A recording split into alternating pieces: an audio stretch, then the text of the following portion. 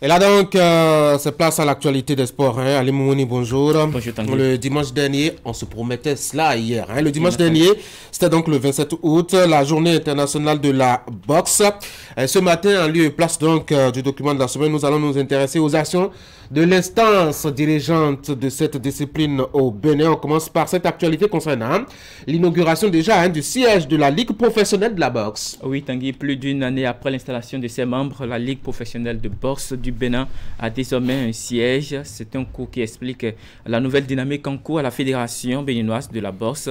Il s'agit de la professionnalisation de la discipline, bien sûr du noble art au Bénin, comme les autres disciplines sportives également. La cérémonie d'inauguration a eu lieu la semaine dernière dans les nouveaux locaux de la Ligue de la boxe. Reportage. Ils ne pouvaient pas contenir leur émotion. Par ce simple geste, ces acteurs de la boxe béninoise voient déjà l'avenir de la discipline. Voici le deuxième gros coup de la nouvelle équipe dirigeante qui s'investit pour redorer l'image du noble art au Bénin. Le siège de la Ligue de la boxe professionnelle du Bénin est ainsi inauguré après la réorganisation de la structure elle-même il y a environ 2 ans. Vous êtes sur la bonne voie. Continuez, travaillez méthodiquement, mais soyez beaucoup patients.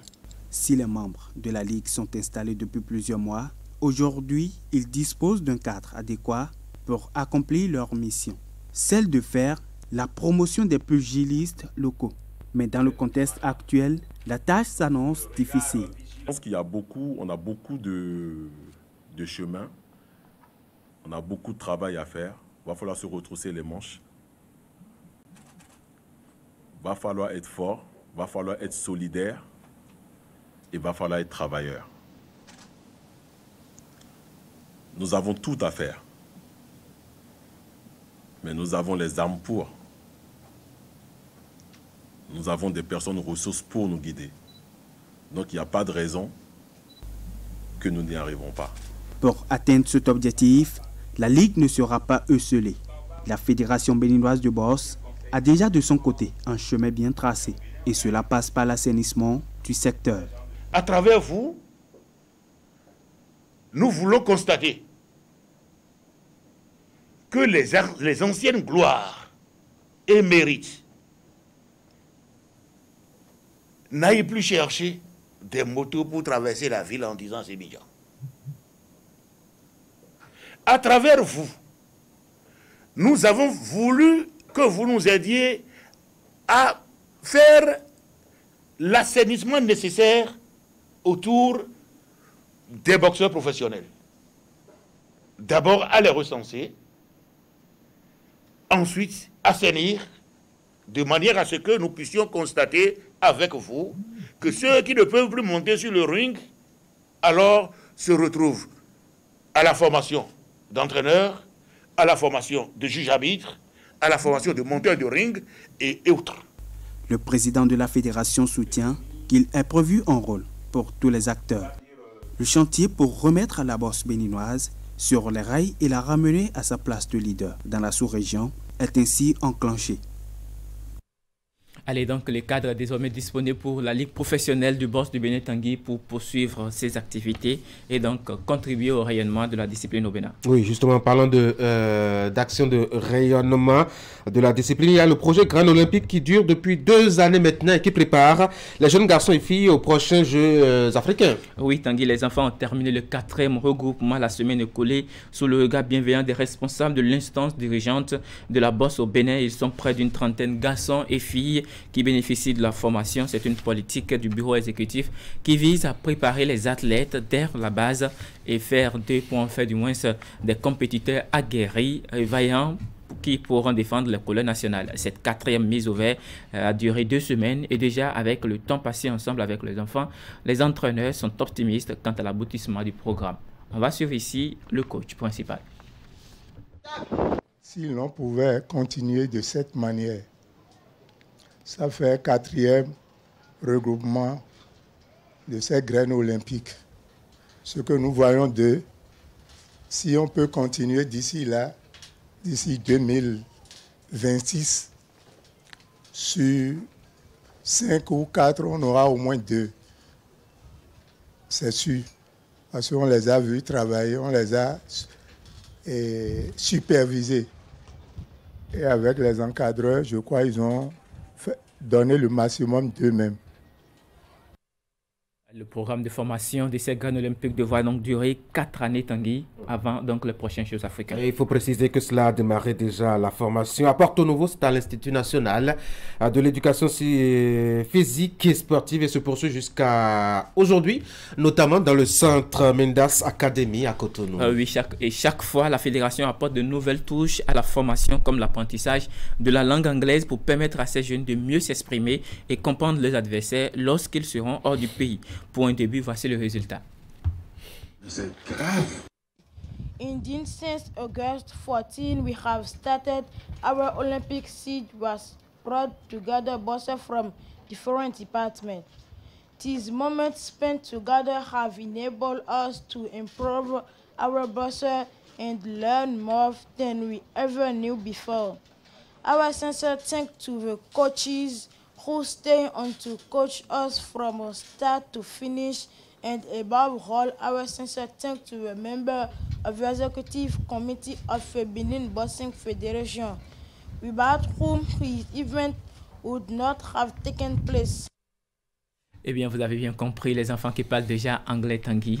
Vous voyez ce que ça donne avec cette initiative. Plusieurs autres rapports seront faits pour améliorer la qualité de la formation. Suivons ici le président de la Fédération béninoise de boxe, Pierre Henvi, au sujet des apports. Vous venez de démontrer que bientôt, quand vous serez sur ces rings-là qui seront installés à Dakar, au Sénégal en 2026, si vous rencontrez un Cubain, vous allez lui parler. Si vous rencontrez un Américain, vous allez lui parler. Si vous rencontrez un Nigérien, vous allez lui parler. Et si vous rencontrez un Ghanéen et autres, vous allez lui parler. Ça fait partie des choses qui pouvaient vous stresser. Ça fait partie des choses que vous avez commencé par posséder aujourd'hui et que demain, vous n'allez plus vous interroger à dire, mais qu'est-ce qu'ils sont en train de dire sur nous? Nous avions commencé sans l'anglais, maintenant l'anglais est de mise. À partir de décembre, quand vous allez revenir, vous aurez avec vous un docteur psychologue.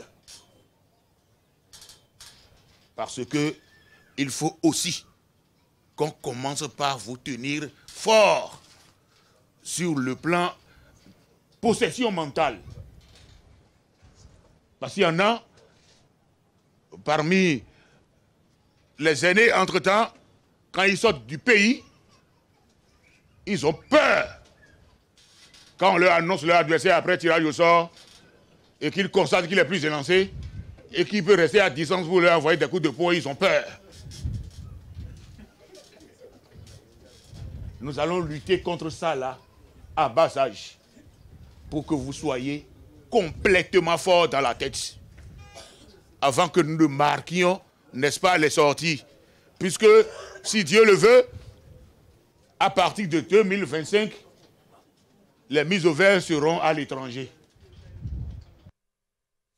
Autant de dispositions donc, qui sont en train d'être prises par la Fédération béninoise de boxe pour mieux reformer, sinon pour apprêter ces jeunes pour les prochains Jeux africains. Mais avant de les libérer, cette fois-ci, après le 4e regroupement, la Fédération a mis à leur disposition des kits scolaires afin qu'ils puissent démarrer, sur ces images, vous les verrez très bien, afin qu'ils puissent bien démarrer sans difficulté la rentrée scolaire qui s'annonce. Tanguy, vous avez vu, voilà, des kits scolaires distribués à ces enfants qui ont suivi donc la formation.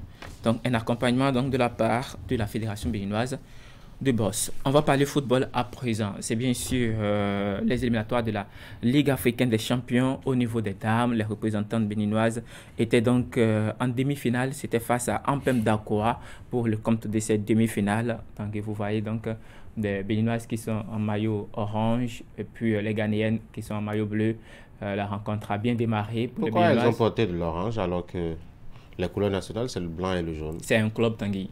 Ah, d'accord. Voilà. Donc, voilà, juste à la récupération, la première minute, 43e minute, 44e minute et le premier but des Ghanéennes.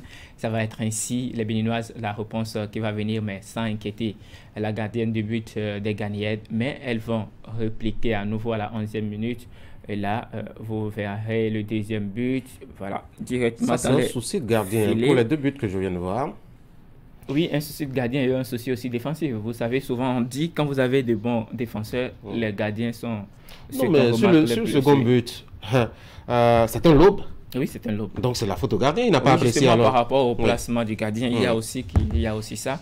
Donc les Béninoises vont encaisser 6 buts, 4 buts en première mi-temps et puis 2 au cours de la deuxième mi-temps. Pour compléter le tableau. Voilà, vous voyez, c'est un problème de gardien, effectivement. Voilà, 6 buts à 1 à l'arrivée pour Ampem Dakwa qui est qualifié pour la finale.